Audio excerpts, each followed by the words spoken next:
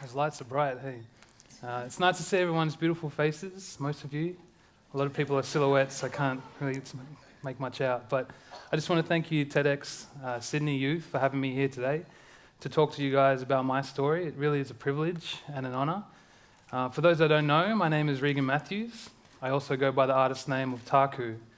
I'm a music producer, amateur photographer, business owner, yes, creative collaborator, and I'm really good at Snapchat. So please follow me after this talk. I mean it. I'm not too bad at public speaking. Like, I do get nervous, like most people, but one thing that really calms me down is sharing people photos of me as a baby. Because let's admit it, pretty cute baby. I don't know what happens to me now, but I've actually put together a presentation. It is mandatory, so no one can go anywhere. Please lock the doors, eyes on the screen. I put together some pretty mind-blowing animations, guys, so I hope you can appreciate that. And I've actually used one of my own songs called I Miss You from my Songs to Break Up To EP. So eyes on the screen. I mean it.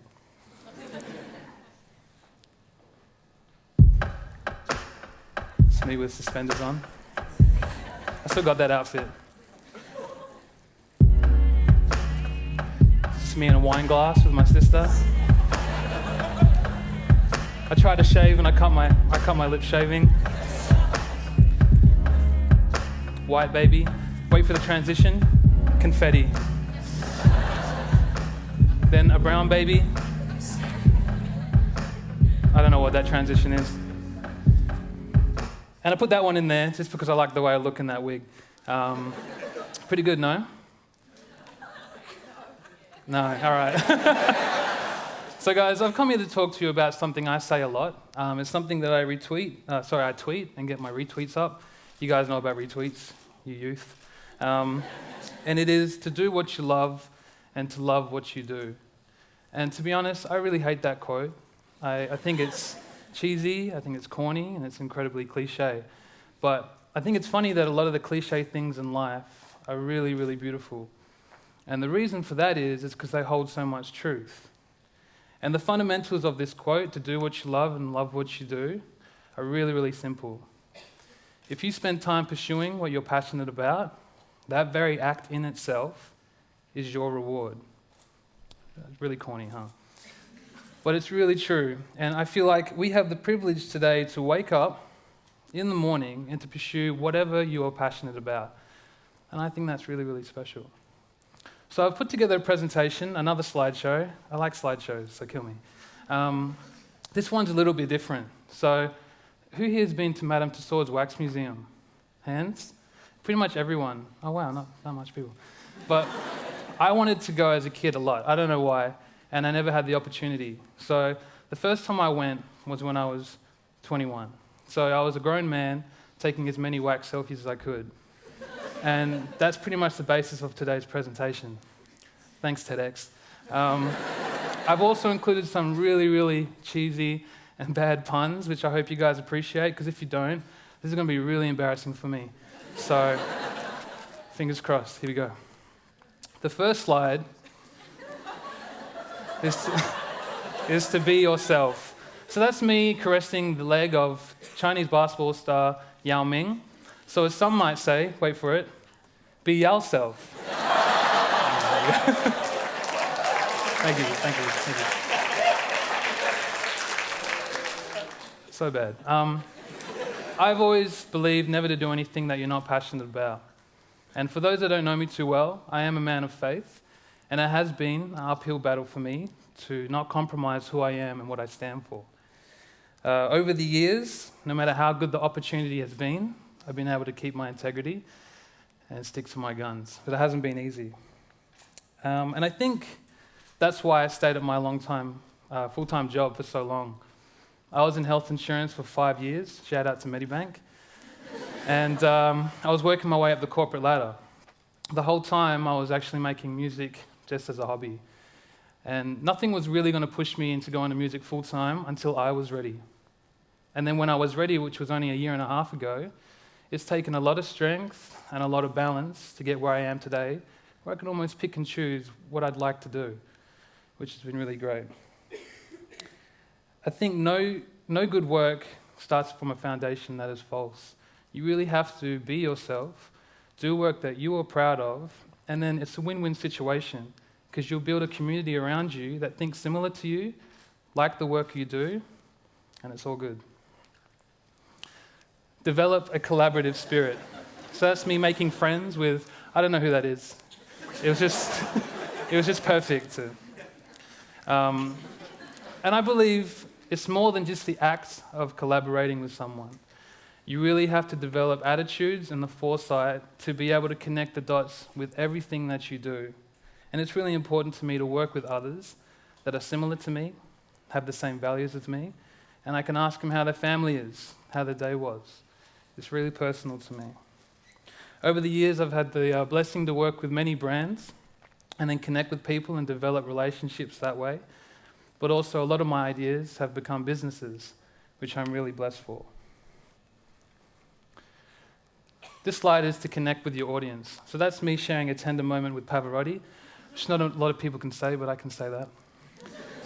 Connecting with my audience is something I feel like I do very regularly, and I like doing it. My audience has seen me change musical styles. They've seen me take musical hiatuses.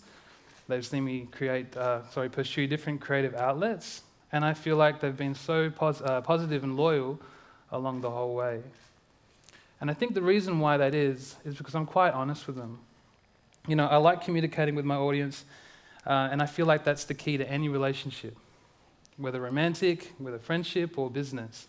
If you have a story to tell, there'll always be someone listening. Okay, this slide. This slide is to know your worth and to take Jackie chances. I don't know if that's a controversial thing to say, but this is probably my worst pun and slide of the day.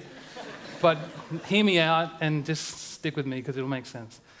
I've never ever thought that you could please everyone. It's impossible. Physically impossible to please everyone. For me, I know when I first started making music, it was just me and my laptop. And for a long time, before I even put it online, my neighbor too, who called the police on me for noise disturbance. 7 times. I didn't answer the door though, because I'm too scared. I got this man act, which I do around tradies and police. It goes like this, like, I gotta help you, mate, you're right. You're right, no. And yeah, it's bad. I can't fake it. But for a long time when I was building my audience and sharing my music online, it took a long time for people to start listening. But even all the way back to when it was just me and my laptop, I knew that my work meant a lot to me. And I never sold myself short. It isn't easy to think that way though, I know that. To create art takes a lot of bravery. And it takes even more bravery to put it on a platform to people to judge, to criticize. It's tough. But you need to take those Jackie chances. Nah.